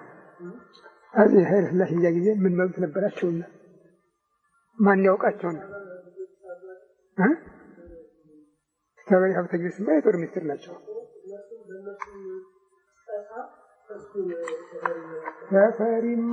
ተፈሪ የመጡ ኋላ ተፈሪ ያን ጊዜ እኮ ሀረር ናቸው። ገና የ25 ዓመት ወጣት ናቸው እና ተፈሪ በልጅ ኢያሱ ተሽረው ነው የመጡ እንጂ ማንም አያውቃቸውም። የዚያ ጊዜ በልጅ ኢያሱ ተሽረው ሲዳሞ እንድትሄድ በአስቸኳይ ተብለው የመጡ ከሀረር። ከዚያ መጥተው ደግሞ ሲዳሞ እንዳይሄዱ ኬላ የሚባል ነበር ድሮ መንገድ የተቋረጠ የሚታገድ እና እዚያ ለሚጠብቁት ወታደሮች እንዳታሳልፉት የሚል ማለትም በአንድ በኩል ተልኳል። እና ተፈሪ ከሀረር መጥተው እንዳታድር ከተማ ተብለዋል። ወደ ሲዳሞ ሲጓዙ እዚህ ደግሞ መንገድ ላይ አገዷቸው። የሚደርሱበት ሲያጡ መጥተው ተፈሪ ሀብተ ጊዮርጊስ በር ላይ ቆመው ያለቅሳሉ። ተፈሪ ሀብተ ጊዮርጊስ ቆመው የሚመለከቷቸው እና በውጭ ሲያዩ ይሄ ተፈሪ አይደለም እንዴ ይላሉ። አዎ ነው። አስገባልኝ ያስገባቸዋል። ምንድን ነው ሲሏቸው ይኸው እንዲህ አድርጎ ጌታዬ ልጅ ኢያሱ እያም ሀገሬ እንዳልኖር በአስቸኳይ ና ብለው ጠሩኝ። ደግሞ ወደ ታዘዝኩበት እንዳልሄድ ሸለኞች ከለከሉኝ። ሂድ ቤት ተቀመጥ ይዞብናል ሄደ ምንድን ነው ብለው ፍጣሪ ሀብተ ጊዮርጊስ እንደገና አጽናንተው ቤታቸው ያስገቧቸው እንጂ ተፈሪማ በዛ ጊዜ ማናውቋቸው ማን ሰውሯቸው ተፈሪንማ ማንም ሰው ያላቸው የለም። ራሳቸው ኢያሱ ትንሽ በወረሲያትነታቸው እንትን ይሉ ነበር ያምኑ ነበር ነው የሚባለው እና በዚህ ምክንያት ራሳቸው አባታቸው ንጉሥ ሚካኤል ሳሉ ንጉሥ ሚካኤል ደሴ ሄደው ንጉሥ ሚካኤል በፍልሰታ ደሴ መድኃኔዓለም ገብተው ንጉሥ ሚካኤል ቅዳሴ ማርያም ያስተረጉማሉ። ልጅ ኢያሱ ደግሞ ከቤተክርስቲያኑ በታች መስቀል አለ። እዚያ አንድ ትልቅ ሼህ ነበሩ አሉ። እዚያ እሳቸው ቤት ገብተዋል። ንጉሥ ሚካኤል ከዚያ ቆይተው ሲወጡ ሰራዊቱ ያ መስክ ፈሶ ያያሉ። ምንድን ነው ይሄ ብለው ጠይቁ። ጌታዬ ልጅ ኢያሱ እዚያ ናቸው ነው አሉ። አዎ ይሄ ሁሉ እኔ ነኝ ይሄን መንግስት የሰጠሁት ብሎ በመንግስቱ ኮርቶ አይደለም የንቆኝ እኔ ቤተክርስቲያን ስገባ እሱ ሼህ ቤት ይሄደ ይህን የኮራበትን መንግስት እግዚአብሔር በሰው እጅ አድርጎ ያሳየው ብለው ረገሟቸው ነው ይባል። እና እዚያው አንድ ትልቅ ባይታዊ ነበሩ አሉ። እንግዲህ እነዚህ የናቃችኋቸው ሁሉ እንደዚሁን ከእናንተ በላይ ይሆናሉ፣ እናንተ ግን የተናቃችሁ ትሆናላችሁ ተናገሩ ይባላል። ይህንን በነሐሴ የተናገሩ ንጉሥ ሚካኤል ወዲያው ልጅ ኢያሱ ከዚያ እንደተመለሱ ወዲያው ሳይቱ ሊለመኑም እምቢ አሉ። ጨጀው ሳይቀር ጨጀ ወልደ ጊዮርጊስ ሄደው ንገምልኝ ብለው ጠይቃሉ። ዛሬ እሱን ለመቀበል ጊዜ የለኝም አሏቸው አሉ ልጅ ኢያሱ። ስማ አንተ ያሉ እልፍኛ አስከልካዩን ስማ ጌታህን እጨጄ ከመጣ አይመለስም ከተመለሰም አይመለስም በለው አሉ ይባላል። ከመጣ አይመለስም ከተመለሰም አይመለስም በለው አሏቸው። እሳቸው ግን ምንም ቁም ነገር አላደረጓቸውም፣ ትተዋቸው ሄዱ። በሌላም በኩል ከመኳንንቱ ከመሳፍንቱ ጋር ሚስቶቻቸውን በመድፈር ይታሙ ነበረ ኢያሱ እና በዚህ ሁሉ መኳንንቱ በቃ እንትን አላቸው። ሸዋ ነው የታገላቸው እንጂ ተፈሪንማ ማናውቋቸው። ኋላ በመጨረሻ ነው ዞሮ ንግሥት ዘውዲቱ ታስረዋል። ፋሌ ንግሥት ዘውዲቱ ትንገስ ኢያሱ ይውረድ ተብሎ ሲወሰን እሷ መሀን ናት ለማን ይተላለፋል የሚል እንትን መጥቶ ነው ሀሳብ መጥቶ ነው ተፈሪ የገቡ ብሎላቸው በዚህ ምክንያት ነው።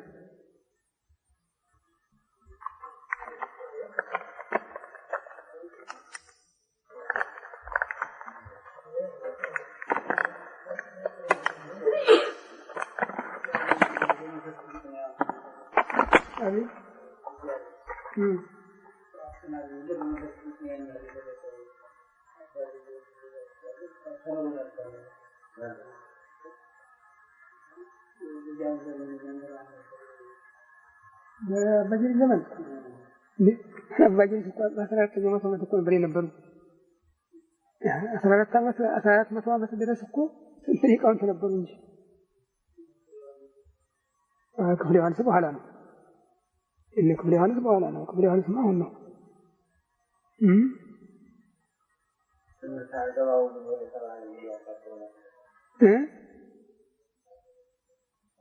ማንን እና ትምህርት ባይገባቸው እየተሳለ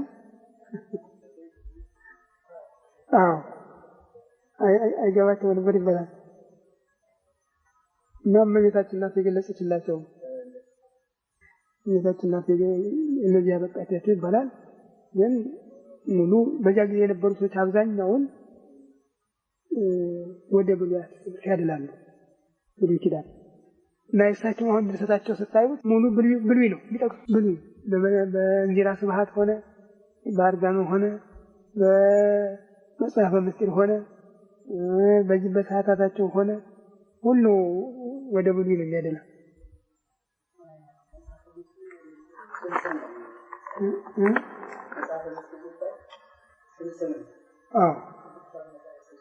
ሙሉ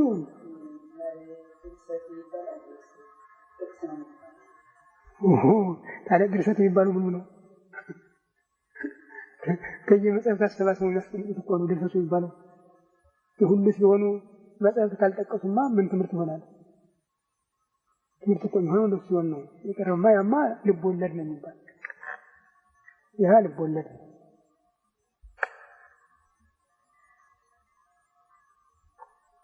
ድርሰት እኮ የሚባለው ማስማማቱ ነው።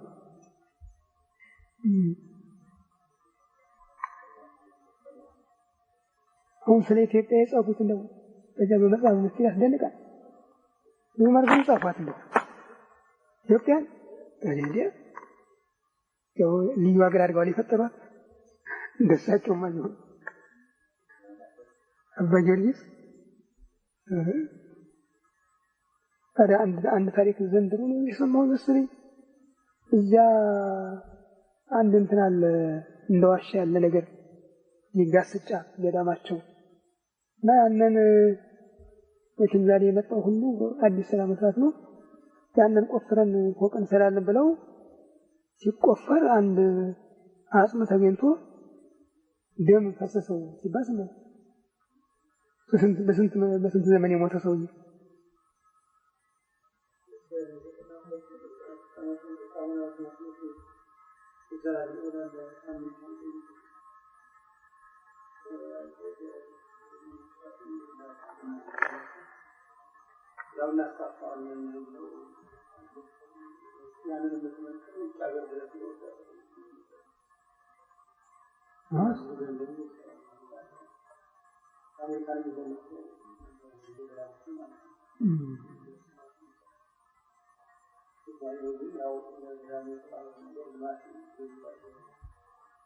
ታዲያ ለመልኩ ልማቱን እንኳን ለመልኩ እያደረጉት እኮ የሚያስቸግር ይሄ እንትን ሙዚየም የሚባል ነገር ፈጥረው ሁሉን ነገር ወደ ለውጥ አመጡት። ያ እንዳለ ሊቀመጥ ነው። ልማቱ ደግሞ በሚገባው ቦታ ላይ ቢለማ ጥሩ ነበር። እንደሱ ነበር። አሁን ይሄ በዚህ በአዲስ አበባ የሚደረገው አሁን ለመሆኑ እንደው አሳዛኝ አይደለም?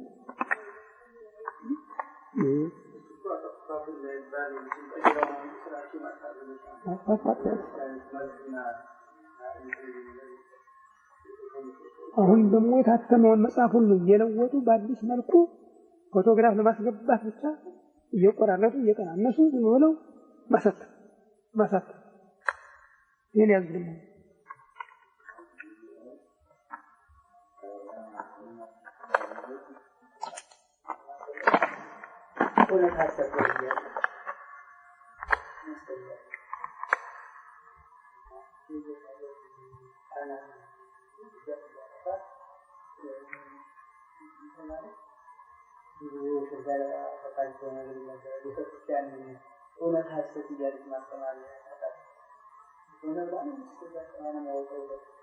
ማን ነው የሚናገረው? ስለሳቸው አይደል እንዴ አጥፍተውት ሄዱ። ታዲያ ማን ነው የሚለው? ጉዱ አይደል ታዲያ ይላ ምን ይችላልማ ወካል ፈለግ ዘስሙ ጌወን ዘያውድ ሁሉ ምድረ ኢትዮጵያ ብሎን የመዘገበው ታዲያስ ጣናም እመቤታችን 3 ዓመት የቆየችበት ቦታ ነው። ተራ ቦታ አይደለም። ጣና የተባለ እኮ ባህሩ አይደለም። እዚያ ዑራኤል መልአክ ከዚያ ስትነሳ በደመና ከምድር ተቀብሎ ሲያነሳ የተያዩ ሰዎች ናቸው። ጻና በደመና እያሉ ያመሰግኑ። ጻና በደመና እያሉ ስትመለስ ከዚያ ወደዚህ ጎጃምን እየባረከች መጣ። ሸዋ ገባች።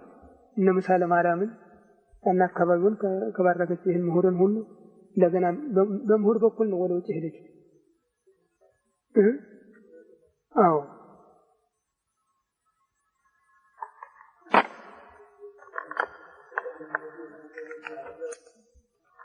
ወርቡ እና ኡራ ኪዳነ ምሕረት የተባለ ኡራ ያለ ማለት ነው።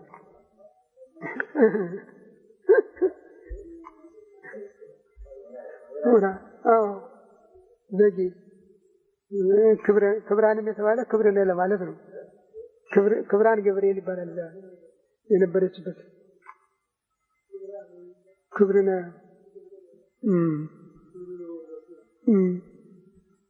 ገርማችኋል። ገና ከእንትኑ ከጀልባው ሳይወርዱ ነው ዕጣኑ የሚጠቅስ የሚጠራ እንደዚህ ያለ ቦታ። አይ አሁን የታለሁ ገና በሰባ ዓመተ ምህረት መሰለኝ ሄጄ ነበር እንዳጋጣሚ በስብሰባ። አዎ ክብራን ገብቻለሁ። ክብራንና ኦራ ገብቻለሁ። ዳጋን ነው ሳይቀር ይቆጭኝ። ዳጋ ግሩ ነው። በየ15 ቀኑ የገነት ነፋስ ይጎበኘዋል ይባላል ዳጋ። አዎ ይሄን ጣና ደሴቶች በየ15 ቀኑ የገነት ነፋስ ይነፍስባቸዋል። እና ያ ዳጋ የገባ ሰው ከዚያ ሀገር ካልወጣ በገባበት መልኩ ነው እስከ ሞት ድረስ የሚኖር ይባላል። ሳይለወጥ አሁን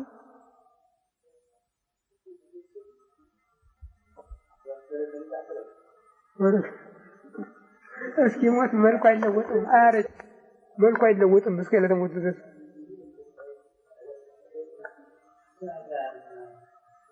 ዳጋ ድንበሯ ዳጌ ነው ይላል ባላገር። ያ ስደቷ የተፈጸመበት ማለት እኮ ነው። የስደቷ የመከራዋ ፍጻሜ ማለት ነው ዳጋ ማለት። ዳገት አይደለም።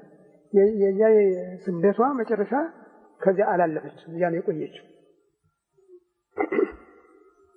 በደብረ ዳሞ በኩል ገባች። ደብረ ሃሌሉያ የሚባል ደብረ ዳሞ ዛሬ በሷ ምክንያት ነው መላእክት ሃሌሉያ እያሉ እየዘመሩ ነው ይዘዋት የገቡ።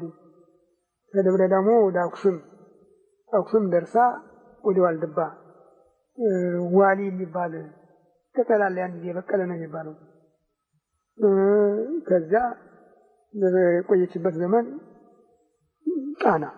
ለምን ቦታው ጥበቃው በጊዜ የተጠበቀ ስለሆነ በዚያ ነው የኖረችው። ከዚያ በኋላ መልአኩ አሁን የሕፃን ሊበሉት የሚስት ሞቷልና እናቱንና ብላቴናውን ይዘው ወደ ሀገር ተመልሳለው። ከዚያ ተነስቶ በቅዱስ ዑራኤል መሪነት ነው ያው ወደ ሀገሯ ተመለሰች ነው የሚለው።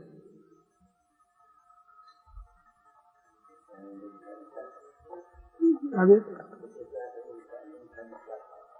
ተጎብኝታለች። እንዴታ ምን ቀራት?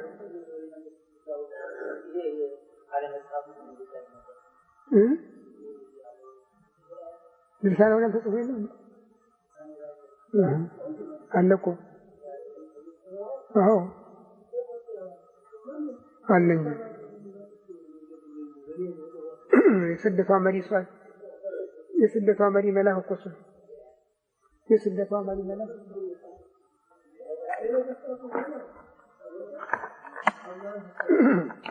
ወደ ግብጽ ነው እስከምድረ ግብጽ ተጽዕኖ ወዲህ በደመና ቀሌ ብሎ ኢሳይያስ ወደ ግብጽ መውረዷን ተናገረ። ግብጽ ጸዋይ ከወደ ወልደ ብሎ ሆሴ መመለሱን ተናገረ። ዕንባቆም ደግሞ አይጻዳተ ኢትዮጵያ ይደነግጻ ወፍኖተ ሂዘማ ለምሪኩ አይጻዳተ ኢትዮጵያ ይደነግጻ አይጻዳተ ሆሞ ለብሔረ መዳም ብሎ ስለ ኢትዮጵያ ተናገረ። ሁሉም በትንቢት የታቀፈ እኮ ነው።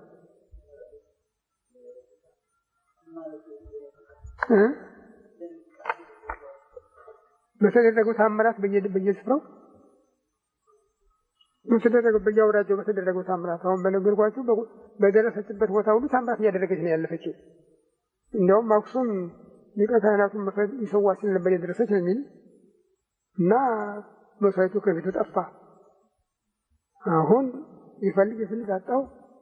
አይ ከእንግዲህ ወዲህ መስዋዕት የለም ብሎ መልአኩ ገለጸለት። ወታጊዜ እኔ መጻይኩ ብሎ ተናገረ ይባላል ጌታ። መስዋዕት ዘበን ኃጢአት ሰበርኩ ወታጊዜ እኔ መጻይኩ። እዚያ እኮ የመጣው ብሉይ ኪዳንን ለማሳለፍ ነው። ኢየሩሳሌም ቢመጣ ታቦት የለችም፣ እዚያ መስዋዕት የለም። እዚህ መጣለች። ስለዚህ ታቦት ብሉይ ኪዳን ለመፈጸም ነው መጻይኩ ለማለት ነው እዚህ የመጣው። አዎ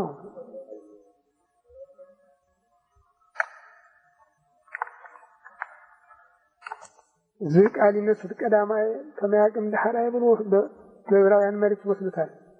እቤኔ መጻይኩ እሺ በጀም የመጣ ካለው ቃሉ የቀደመውን የሚሽር የኋለኛውን የሚያንጽ ነው ብሎታል። እና አክሱም ላይ ነው ኦሪት ተሻረችው። እንግዲህ ኢየሩሳሌም አይደለም።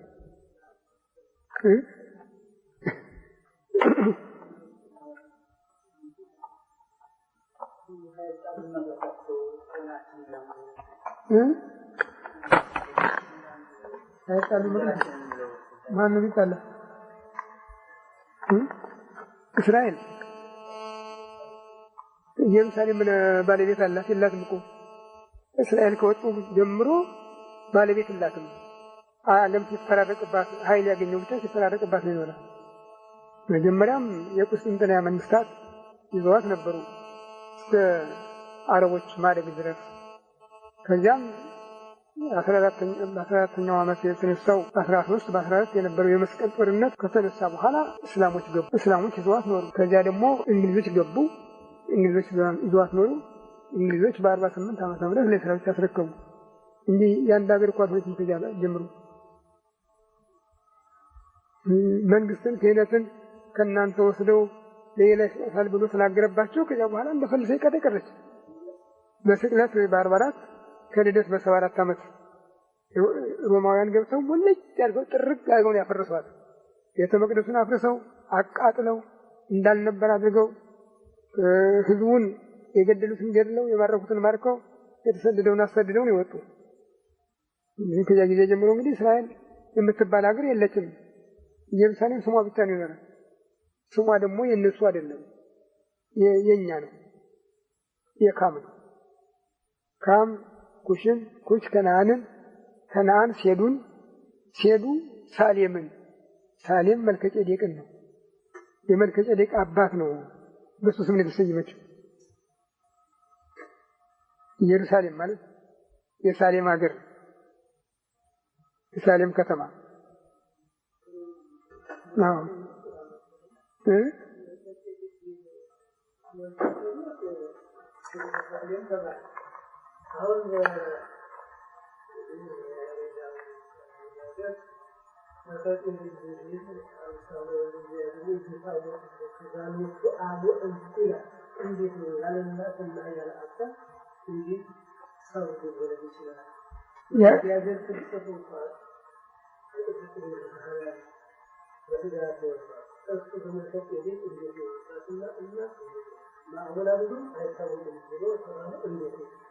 ቅዱስ ያሬድ እንኳን አይደለም ይሄን ያለ ጳውሎስ ነው ያለ።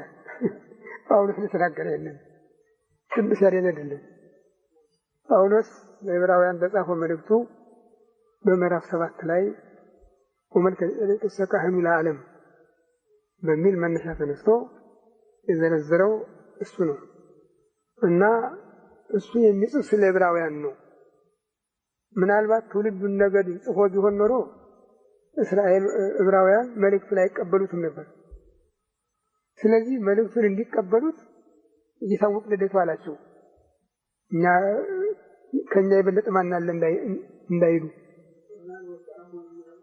አልቆጠረም። ከዕብራውያን ውስጥ ነው።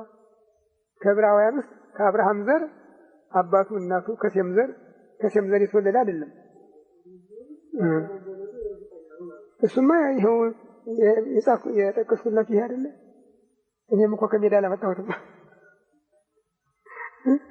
ትውልዱ ከነገደ ካም ስለሆነ እነሱ በነገደ ሴምነታቸው ነው የሚኮሩ፣ በአብርሃም ልጅነታቸው ነው የሚኮሩ እና እሱ ግን ትውልዱ ከነገደ ካም ነው።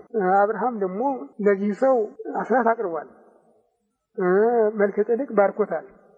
እና ቅዱስ ጳውሎስ ማነጻጸር የፈለገው ታላቅና ታናሽ የሚሉትን እንትን እንዳይሉ። ማን ነው የሚባርክ? ታላቅ ነው ታናሽ ነው?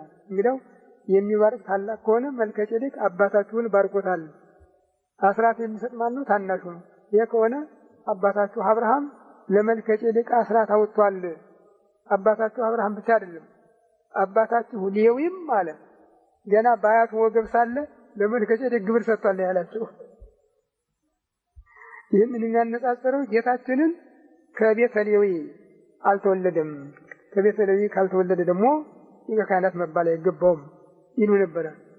እንግዲህ መልከጼዴቅ ከዚያ ከሌላ ሆኖ ሊቀ ካህናት ከሆነ የወልደ እግዚአብሔር ምሳሌ ነው። በአምሳሊሁ ለወልደ እግዚአብሔር ነው የሚለው የወልደ እግዚአብሔር ምሳሌ ነውና ጌታ ደግሞ ከነገደ ይሁዳ ተወልዶ ሊቀ ካህናት ሆኖባችኋል አላቸው። አንተ ካህኑ ለዓለም በከመ ሲመቱ ለመልከጼዴቅ አለ እንጂ አንተ ካህኑ ለዓለም በከመ ሲመቱ ለአሮን አላለም።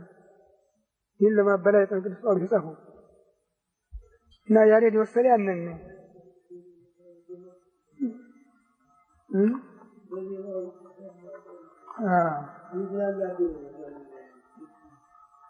ምናምን ይህንን የጳውሎስን ጥቅስ ወስዶ ነው ያርጎ ያስቀምጠው። መልከጼዴቅ ብሂል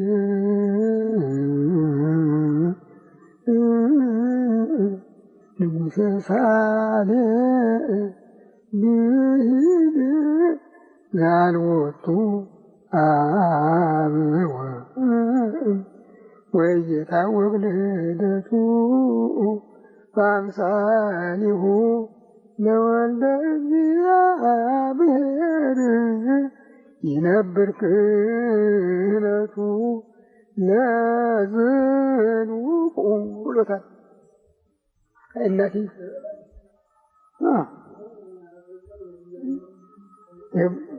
በዚህ ጊዜ ተሾመ በዚህ ጊዜ ተሻረ አይባልም።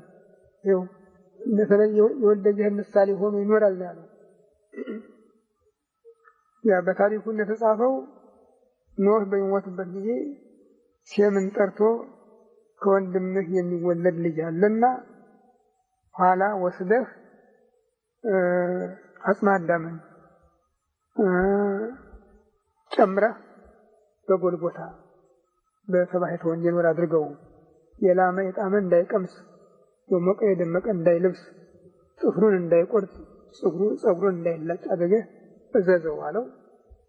ኖህ ከሞተ ከ300 ዓመት በኋላ መልከጼዴቅ ተወልዶ ጉልማሳ ሆነ። ያንን የአባቱን ንዛዜ አስቦ መርከቡን ከፈተ። መልከጼዴቅ ነው የከፈተው። ሲገባ መንፈስ ቅዱስ አንተ ካህኑ ለዓለም ብሎ ሾመው ነው የሚለው። እፍ አለበት ይላል። አንተ ካህኑ ለዓለም ብሎ ከዚያ ገብቶ አጽመ አዳም ይዞ ወጣ። አጽመ አዳም ይዞ ወጣ። መልአከ እግዚአብሔር እሱንና ሴምን እየመራቸው ጎልጎታ አደረሳቸው። ጎልጎታ አጽመ አዳምን ቀብሮ ከዚያ በኋላ እሱ ስራውን ይዘው ጀመረ። ኖህ ሴም ይዘው ጥሎት መጣ።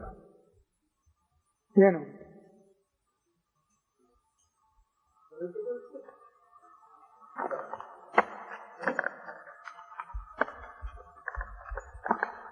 ጌታም በሰጅ አልተቀባም። ስለዚህ ነው አንተ ካህኑ ለዓለም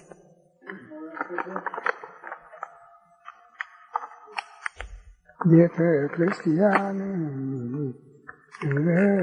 ወልእሁ በአዳ ወቀኝ እሱ ወርቀ ቄፋዝ ተሰምዮ ለጴጥሮስ ኮኳ ሃይማኖት መክበ ኩሎሙ ሐዋርያት ብሎታል። እንዲያው ወይ ጉድ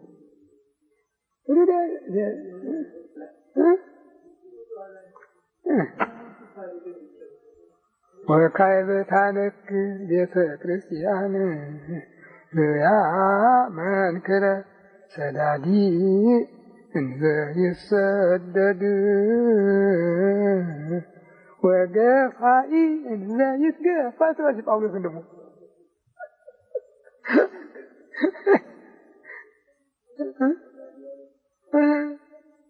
አሳዳጅ ሲሳደድ ገፋው ሲገፋ አይታ ታድንቃለች እኮ ነው ያለ።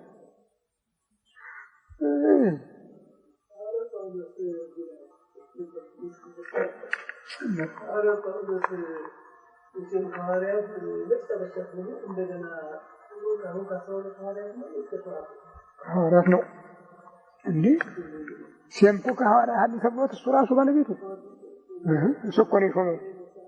ከሐዋርያት በኋላ ተነስቶ ከሐዋርያት ማዕረግ የደረሰ እሱ ብቻ ነው።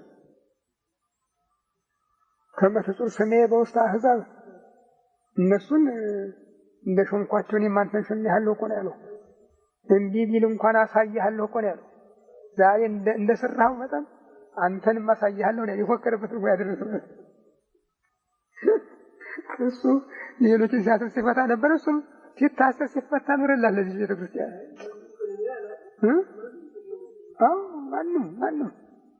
ማንም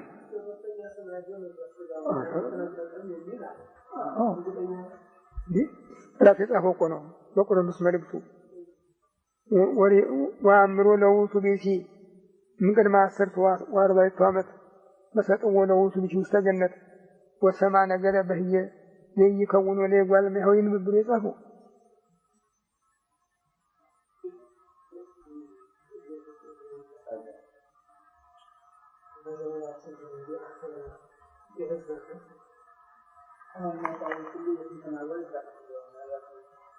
ጳውሎስማ ተምሯል። ጳውሎስማ የገላትያ ደቀ መዝሙር አይደል? ገማልኤል ስማ ተምሯል። ኦሪትን ጥሩ አድርጎ ነበር እንጂ እንግዳ ከሐዋርያት የበለጠ እኮ የጻፈ በትምህርቱ ጭምር ነው። ኦሪትን እየጠቀሰ እየለየ እንደ ስንቱን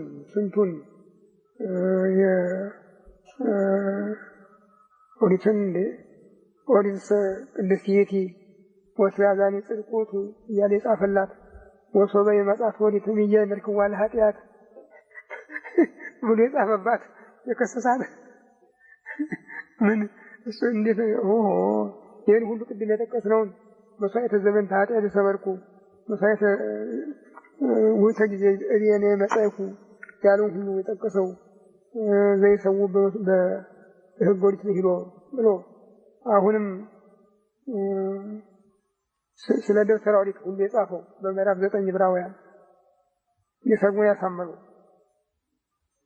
ጥሩ አድርጎ ነው የጻፋት። ኦሪትንና ወንጌልን የማያስማማቸው እሱ ነው።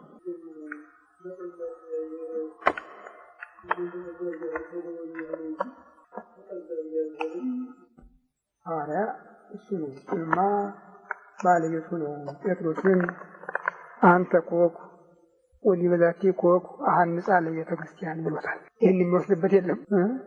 ልጆቹ ሃይማኖቱን ስላልተቀበሉ ይቀርባቸው እንደሆነ ነው እንጂ የጴጥሮስን ሃይማኖት የተቀበለ ሁሉ የጸጋ ተሳታፊ ነው እና አንተ ኮኩ ያለውን ማን ይወስድበታል? ለከ ወበከ መርሆተ መንግሥተ ሰማያት ለአሰርከ በምድር ይኩን እሱረ በሰማያት ወዘፈታሔከ በምድር ይኩን ፍቱሐ በሰማያት እኮ ነው ያለው። ይህን እኮ ነው የወረሱት እንጂ መጀመሪያ ተረካቢው የቁልፉ ባለቤት ጴጥሮስ ነው።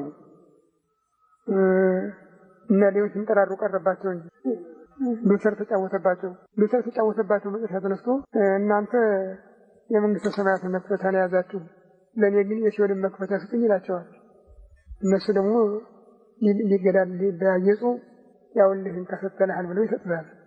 ከዚያ ይወጣና እንግዲህ እናንተ አትጨነቁ፣ ሰዎች ሁሉ አትፍሩ፣ እኔ ይዤዋለሁ የሲኦልን መክፈቻና ዘግቼዋለሁ፣ ማንም ሊገባ የለም አላቸው።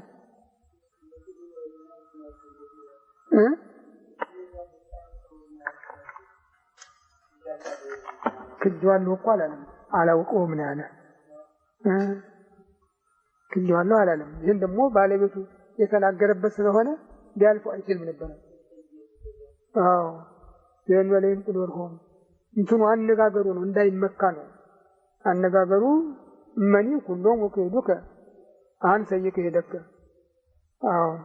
ኩልክሙ ትክህዱኒ በዛቲ ሌሊት እስመ ይቤ መጽሐፍ እቀትሎ ለኖላዊ ወይዘረው አባጋ መሬቱ እረኛውን እገድለዋለሁ እመታዋለሁ በጎች ይበተናሉ የሚል ጽሑፍ አለና በዚህ ሌሊት ሁላችሁ ትክዱኛላችሁ አላቸው። ሁሉም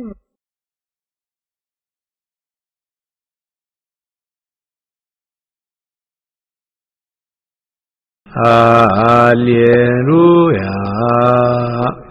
ሰላም ለኪ ኦ ማርያም ደብረ መቅደሱ ለእግዚአብሔር ሰላም ለኪ እንተ መልዕልተ ኩሎሙ ቅዱሳን። በስመ አብ ወወልድ ወመንፈስ ቅዱስ አሃዱ አምላክ አሜን። እነሆ የማርያም መንገድ ማምለጫ መዳኛ ለአዳም ዘር በሙሉ የእግዚአብሔር አንድነት ፍቅር የእመቤታችን ቅድስት ድንግል ማርያም አማላጅነት ከሁላችሁ ጋር ይሁን እያልን የማርያም መንገድ የተሰኘ አዲስ መንፈሳዊ ሚዲያ ይዘን ቀርበናል። በዚህ መንፈሳዊ ሚዲያ አብ ወልድ መንፈስ ቅዱስ ያዘጋጁት እምዬ ቅድስት ድንግል ማርያም የባረከችው የሥጋና የነፍስ ምግብ የሆኑ ሀልወተ እግዚአብሔር፣ ትምህርተ ሃይማኖት፣ ክብረ ድንግል ማርያም፣ ዝክረ ቅዱሳን፣ ገድለ ቅዱሳን፣ የኢትዮጵያ ኦርቶዶክስ ተዋሕዶ ቤተክርስቲያን ታሪክ፣ ሥርዓተ ቤተክርስቲያን፣ የሀገራችን ቅድስት ኢትዮጵያን ታሪክ፣ የኢትዮጵያ ነገሥታትና የጀግኖች አርበኞች ታሪክ እንዲሁም መንፈሳዊ ዘጋቢ ፊልም ያገኙበታል።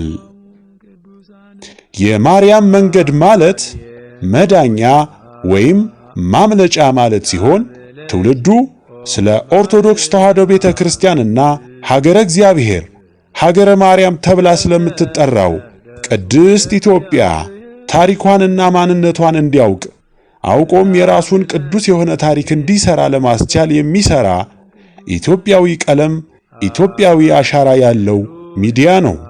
በውኑ ኢትዮጵያዊ መልኩን ወይስ ነብር ዥንጉርጉርነቱን ይለውጥ ዘንድ ይችላልን?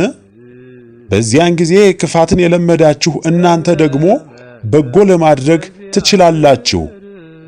ትንቢተ ኤርምያስ ምዕራፍ 13 ከቁጥር 23። ይህንን መንፈሳዊ ሚዲያ ለመደገፍ ሼር፣ ላይክ፣ ሰብስክራይብ ያድርጉ።